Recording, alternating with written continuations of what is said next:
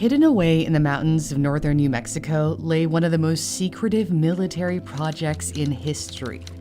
The Manhattan Project was the code name for the US government's program to develop the world's first atomic bomb. It was so secretive that President Roosevelt wasn't fully informed of all the technical details. Vice President Truman didn't know it existed until after he became president. Many members of Congress didn't know it existed until after World War II. The bomb was assembled in Los Alamos, New Mexico, which housed the main research laboratory for developing and testing nuclear weapons. Scientists worked to harness the energy of the atom to build the most destructive weapon humankind had ever seen, and they had to move quickly.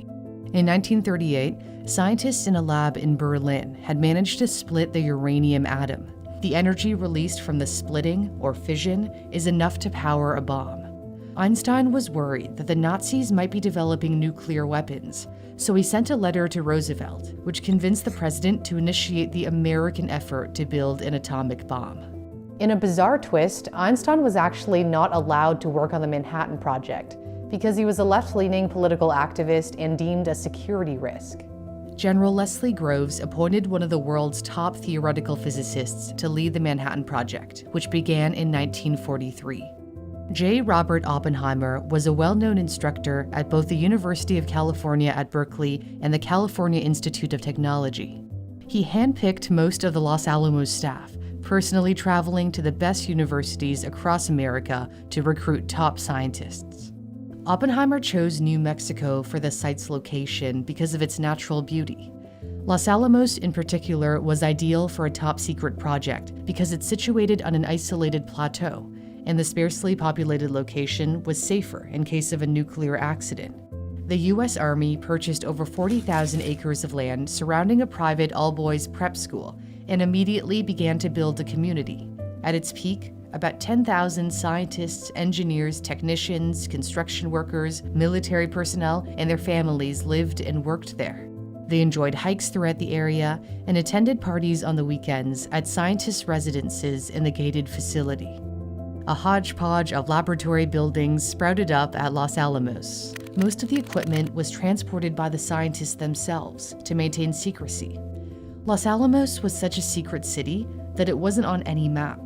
The name Los Alamos was considered classified information. On paper, it was only referred to as Project Y, operated by the University of California. And no one who went to live and work there was allowed to tell their family or friends where they were going. All the incoming mail was addressed to the same place, P.O. Box 1663, Santa Fe. Babies born there actually had that on their birth certificate. Los Alamos wasn't the only location for the Manhattan Project. In Oak Ridge, Tennessee, scientists enriched uranium to fuel a bomb. In Washington state, reactors were built to produce plutonium, an entirely new substance that could also fuel a bomb. If you worked at one site, you likely didn't have any idea what was being done elsewhere, or even what the overall goal of the project was. I didn't know what I was doing. I was just doing it. Ruth Huddleston was 18 years old when she joined the Manhattan Project. They told us when I was in training that we were not supposed to ever let anything leave that room. We were not supposed to tell anybody what we were doing, not even to the people that we were working with. Ruth was one of 10,000 young women who were responsible for ensuring that a large and complex machine called a caluitron separated isotopes of uranium, which fueled the bomb. Caluitrons separated lighter uranium-235 from the heavier and more common uranium-238. U-235 is highly unstable, which makes it splittable or fissionable. When it's slammed by a neutron, it becomes U-236. It's so unstable that it splits into two atoms. In the process, more neutrons are released, they slam into more U-235s, causing a chain reaction and a huge explosion. Ruth's job was to monitor the meters on the Caluitron machine. That's her seated third back on the left. They had a certain range that they wanted that meter to be, They told us if it went too far to the left or too far to the right, it was time for us to straighten it up and get it back in that range. Her job would have normally gone to a scientist, but there weren't enough of them, and young men were fighting overseas. So the government recruited farm girls, most of whom were hired straight out of high school. And they proved to be better at the job than scientists. Scientists were too concerned with figuring out what had gone wrong, whereas these young women would simply alert their supervisors when there was an issue. They also didn't overthink any adjustments that were needed, as a scientist might. If they thought too much and started asking questions, there were consequences. If somebody started being nosy and wanting to ask you everything and wanted to talk too much about it, for some reason they disappeared. They lost their jobs. On July 16, 1945, Los Alamos scientists detonated the world's first nuclear weapon over the New Mexico desert. The implosion-style device with a plutonium core looked like a steel globe and was nicknamed the Gadget, which again speaks to its secrecy. It was similar in design to the Fat Man bomb dropped on the Japanese city of Nagasaki 3 weeks later. Another atomic bomb had just devastated the Japanese city of Hiroshima.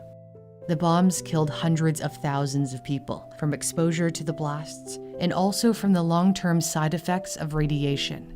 When they first told us, when I first heard it really bothered me. It upset me because I realized that I had helped kill a lot of people. The horror of 2 atomic bombs convinced Japanese hardliners to surrender.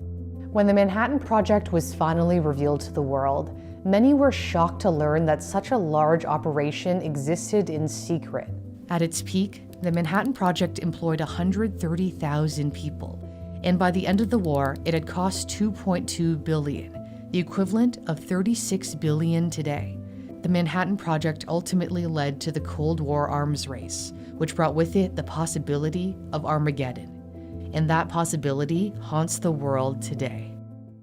The best and brightest scientists worked on the Manhattan Project and changed the course of history.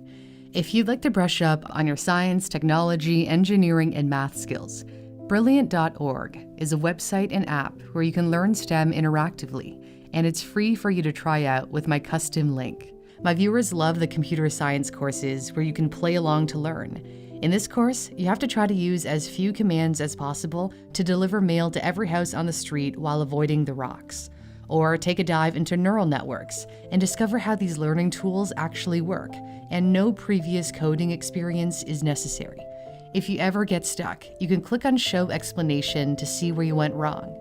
Brilliant is great if you're studying or if you're already working and want your skills to stay sharp. I like to go through the logic courses to improve my critical thinking skills. Brilliant is free for you to try out if you head to brilliant.org/newsthink. My custom link is in the description, and the first 200 people who sign up with my link will get 20% off Brilliant's annual premium subscription, which gives you access to all of their offerings.